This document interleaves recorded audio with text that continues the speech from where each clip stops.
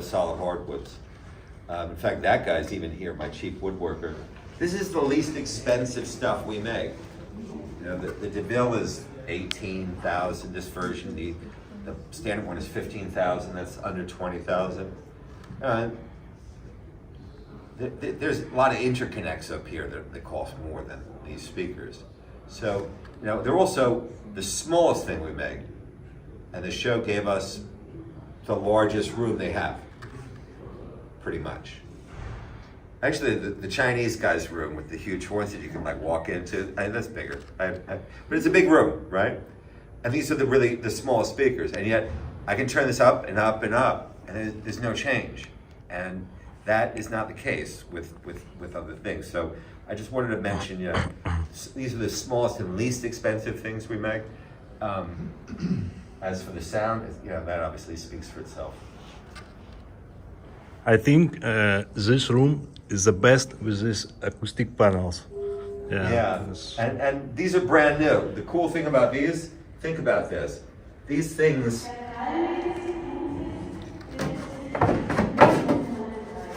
so this is all wood. We can give this to you in any veneer and any finish. But you know, you saw how easy that was to take out. Now imagine behind here, you put an absorptive acoustic material like rock wool, right? Cover it with nice fabric that's acoustically transparent. That's important. So now you have an absorptive panel behind here. So you have this, and you have a grid, whatever size you want, The panels can't be changed. They're a little under 2 feet. So you can just move these around. You don't need tools. They slot it, they lock into the slots. You can be sitting, play a piece of music, move these around, have empty spaces so you have absorption and diffusion, and you can tune your room. I mean, to concert hall levels, you can tune your room. And these are going to be $295 each. That's not any real money when it comes to putting together a really world-class or very high-level listening system.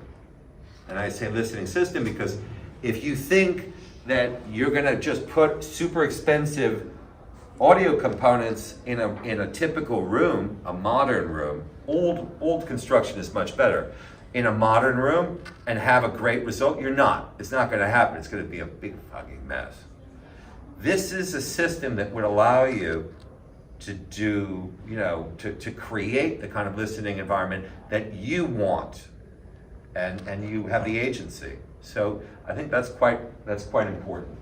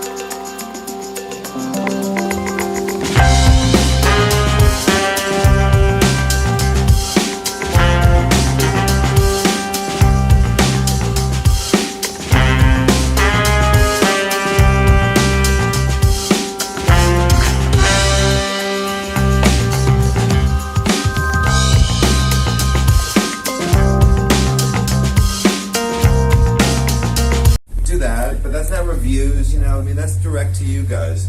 The museum speaker was commissioned by the Guggenheim Museum of Art. It was in the museum last year. Then we refined it, and it is now this newest OMA loudspeaker product, a 5-way, semi-active speaker. I know you'll be wondering. If you want to know, I'll explain, but I just want to get through this and play it on the record. Special K amplifier, triode connected, KT88s. PD2 phono stage, that's new. This rack system, which is available in different lengths. The beams are cast iron. It's all cast iron, except for the shelves, which can be whatever you want. Here it's Pennsylvania ash. And the K3 turntable, which took us 7 years. And this is an order of magnitude more advanced than any turntable for ever, actually. Direct drive, of course. 90% of turntables are belt driven, but we don't do belt drive. So, does anybody have any questions before I throw another record on? Some details on the speaker, please. Sorry? Some details on your speaker. Please. Okay. Thank you, sir. The museum speaker is made out of 1-inch thick, torrefied Pennsylvania ash. Torrefaction is this process of cooking the wood. It's actually put into a chamber and brought to a temperature at which it would catch fire. So it goes past what's called the pyrolyzation temperature, but there's no oxygen in the chamber. So it can't catch fire. What happens is that the organic molecules inside the wood cell structure, they literally start to, become charcoal. And they carbonize, and that's basically aging wood. So, this is sort of the equivalent of 100-year-old wood, which means it's much more stable and it's tonally better. This is why all the guitar companies, Martin Guitar, Bourgeois, Fender, they're all doing this because they're able to create vintage guitars that are newly made. And that's what everyone wants, like a 100-year-old Martin guitar. So we're making this out of 1-inch thick, solid, torrefied, we only use Pennsylvania hardwoods, which are sustainably grown and harvested, nothing from the Amazon. or, some poor third world country where, they get raped. It's just Pennsylvania wood. It's all made in Pennsylvania. It's a 5-way speaker with twin 15s. Something, again, you don't see, why you don't see 15s in any of these speakers out there? Anybody know? Because the whole idea with all these speakers is to create the narrowest possible speaker. So 15 doesn't work because then the front has to be 15 inches wide. They don't want that, because they want a narrow speaker. Why do you want a narrow speaker? It's the worst thing you can do is to have a narrow front baffle on a speaker. So why would you do that? What they do is instead of having a 15, they have a whole bunch of small woofers. Why? Well, there's this acronym in hi-fi, retail, which is called WAF. In English, WAF. It's Wife Acceptance Factor. It's the reality that with these ugly things, the wife comes in with the husband, and the husband wants to buy something as big as possible, and the wife's like, no fucking way are you getting that in my living room. I want. She's different. We put it. I have lucky. I have a good one. Yeah, great. amazing. And she's laughing too. I love this. But wives love OMA and Fleetwood Sound. Because they go like, honey, can we have those speakers? Because those look nice. Look, if you're spending all this money, you have a big speaker in your living. It's not playing, unless it's in your man cave, which I think is totally uncool. It's not playing. You better like looking at it. But these speakers are designed so that they disappear, right? Because they're narrow. So we just threw out the door all the acoustic engineering experience of the whole 20th century in favor of this compromise. It's not even a compromise. It's just a horrible decision. It's so cynical too. And then marketing it. I was at a demo across the way. I won't say who. And they were bragging about the boominess of their. Listen to how much it booms. Like calling attention to a defect changes it from a defect to an attribute. Anyway, who asked me? I bet you. You're going like, what was the question? I wish I hadn't asked that question. Because we could be listening to music by now. 215s, they're both active because it's a sealed box. We wanted to keep ultra high efficiency. Conical horn is powered by is passively engaged and has a coaxial compression driver, which is new. We only use professional drivers. It's another huge difference, right, between us and everything else out there, because we use the same drivers that you would find in concert halls. Right?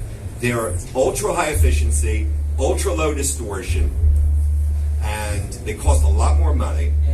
They have very little excursion, and compression drivers.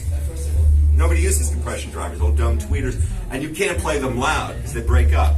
So the compression driver is a two-way. The tweeter is the tweeter and the mid-range diaphragm, all in this one horn. And then there's a super tweeter hidden in there.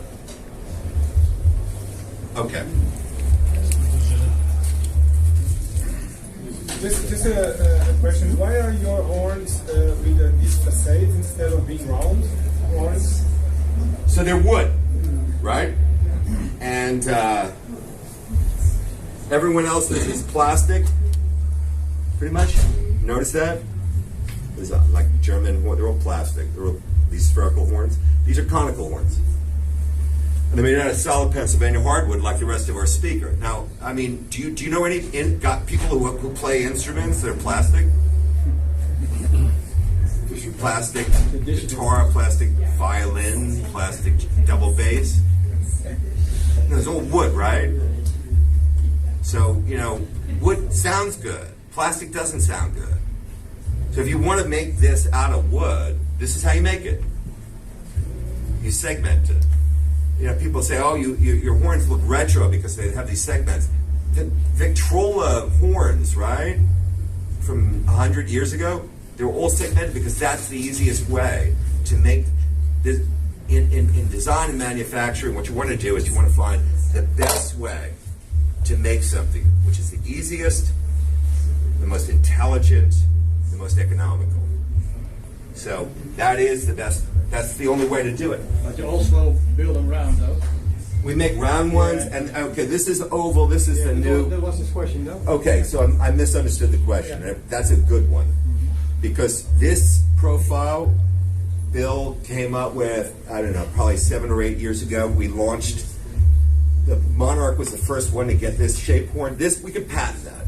But I'm never going to patent anything because the easiest way to get ripped off is file a patent. Google automatically throws it out there, and all of your trade craft and secrets you have to put up on a patent. Meanwhile, you know, people in China or wherever, they're like, great.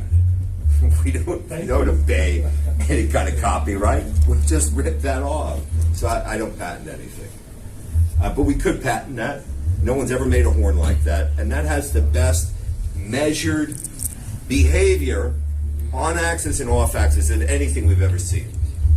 So, I mean, basically what we're doing is we're taking things that were designed, these drivers designed for professional use, where you're trying to get very high SPLs, very, very high SPLs, to tens of thousands of people, maybe in an audience, and they're like all over.